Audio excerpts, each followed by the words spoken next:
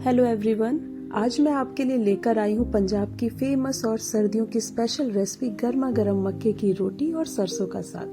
बिल्कुल dhaba style, simple ingredients और easy method के साथ। अगर आपको भी देसी और ट्रेडिशनल रेसिपी पसंद है तो वीडियो को एंड तक जरूर देखिए, क्योंकि मैं शेयर करूंगी परफेक्ट टिप्स जिससे साग बनेगा सुपर टेस्टी और रोटी रहेगी सॉफ्ट।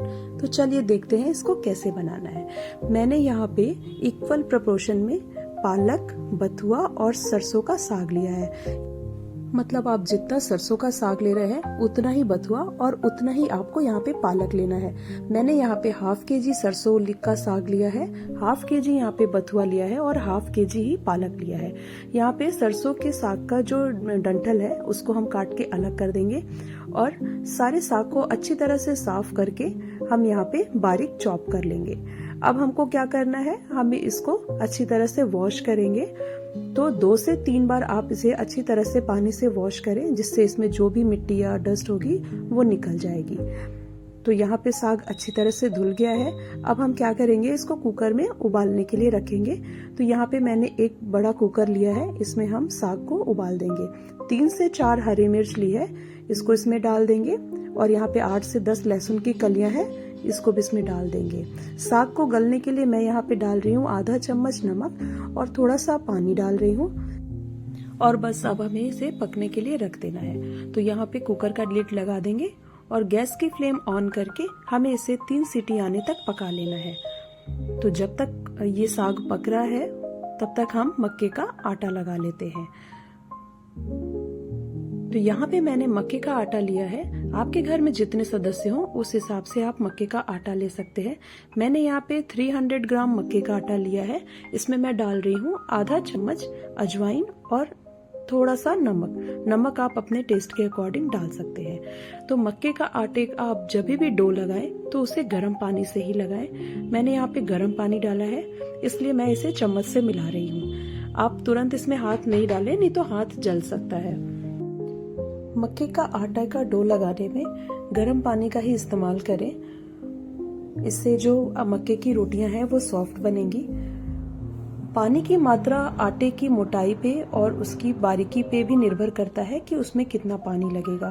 तो इसीलिए आप जब भी मक्के के आटे का डो लगाएं तो आप अंदाजे से पानी डालें। यहाँ पे 300 ग्राम मैंने मक्के का आटा लिया था और जिसमें लगभग 1 ग्लास से थोड़ा कम पानी लगा है।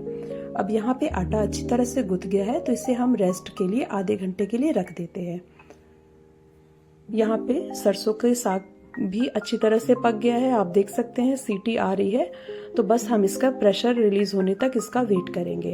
प्रेशर रिलीज होने के बाद में हम मथनी से या इस तरह से आप कोई कलछी ले सकते हैं और साग को हमें घोटना है। तो घोटने में हमें 5 से 6 मिनट लग सकता है। यहाँ पे साग अच्छी तरह से आप देख सकते हैं कि गल गया है। तो यहाँ पे आपको लगातार चलाते हुए इस तरह से आपको सरसों के साग को घोटना है। आप जितना अच्छी तरह से सरसों के साग को घोटेंगे, सरसों का साग उतना ही चिकना बनेगा और खाने में वो उतना ही स्वादिष्ट लगेगा।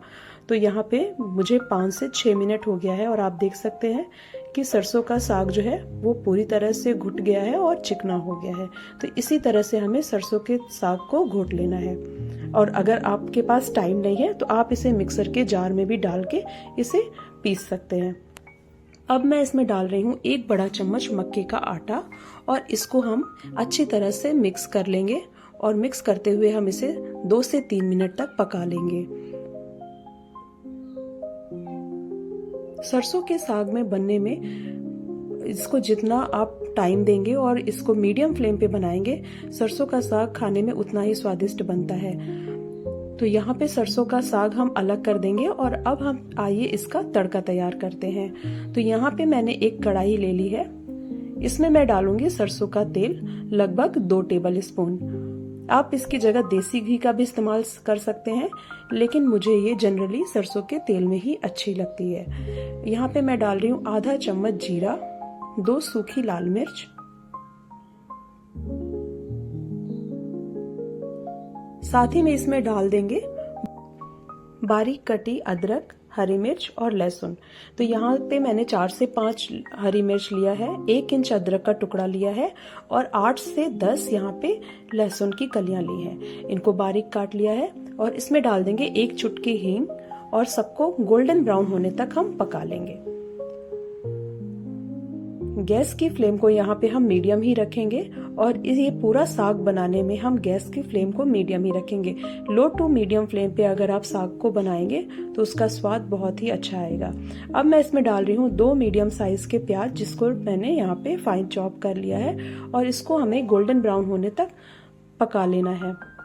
प्याज यहाँ पे ट्रांसलूसेंट हो गया है तो हम इसको 1 से 2 मिनट और पका लेंगे जब तक ये गोल्डन ब्राउन नहीं हो जाता। आप देख सकते हैं प्याज यहाँ पे गोल्डन ब्राउन हो गया है।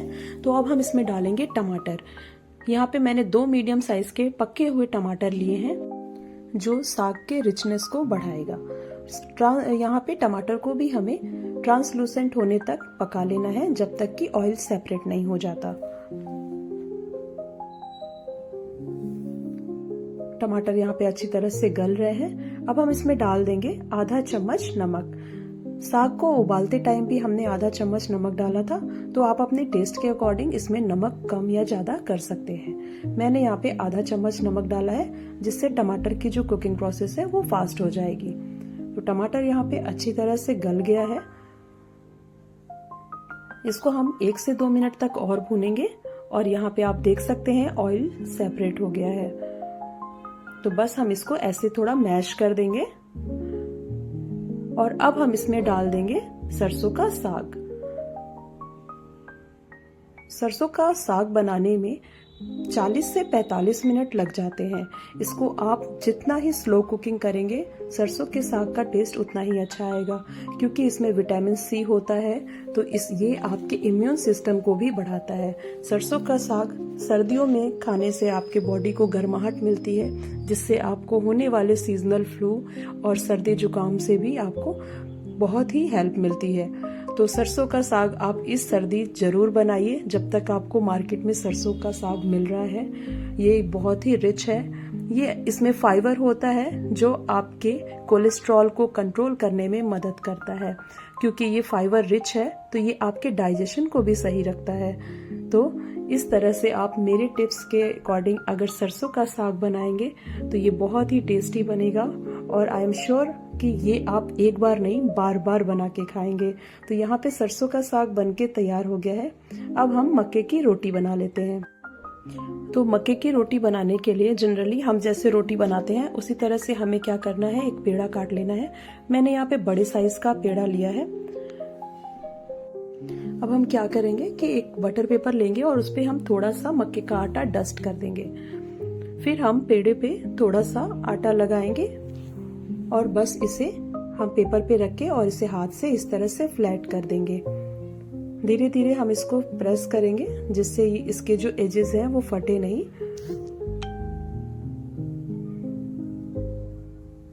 इस तरह से मक्के के आटे को हम फ्लैट कर देंगे।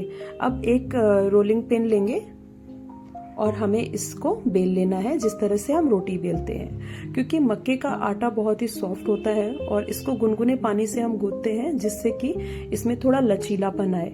तो इसे हमें धीरे धीरे ही बेलना है। इसमें ग्लूटेन की मात्रा बहुत कम होती है जिससे कि इसके एजेस फटने लगते हैं।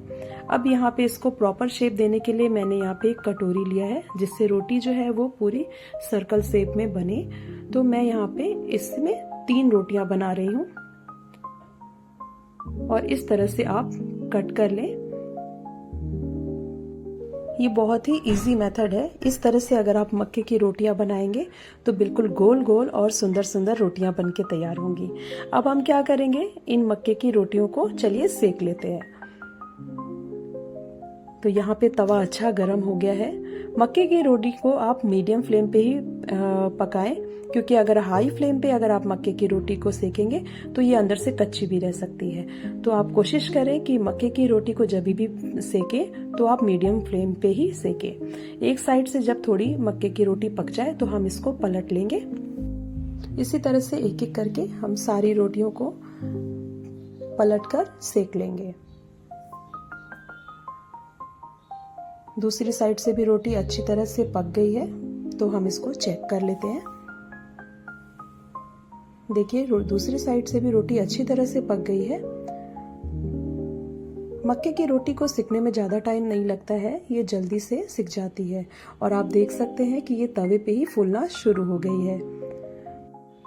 तो बस इसी तरह से हमें मक्के की रोटी को सेक लेना है। और जब ये तवे पे थोड़ी थोड़ी फूलने लगे तो आप चाहे तो इसे तवे पे ही फुला ले, और नहीं तो आप इसे मेरी तरह आप गैस पे भी डायरेक्ट फुला सकते हैं। और आप देखिए कि गैस पे ये कितनी बलून की तरह फूली फूली सॉफ्ट सॉफ्ट सी मक्के की रोटी बनी है। इसी तरह से हम सारी रोटी को बना लेंगे और उसे फुला लेंगे। देखिए बनी है ना बिल्कुल सॉफ्ट बलून जैसी फूली फूली मक्के की रोटियां। तो चलिए देर किस बात की, इसको फटाफट सर्व करते हैं। यहाँ पे सरसों के साग के ऊपर डालेंगे सफेद मक्खन और इसे गर्मा गर्म मक्के की रोटी के साथ सर्व करेंगे। रेसिपी अच्छी लगी हो तो प्लीज वीडियो को लाइक, शेयर एंड चैनल को सब्सक्राइब करना ना भूलें। मिलते हैं तब तक के लिए नेक्स्ट वीडियो में। Bye bye.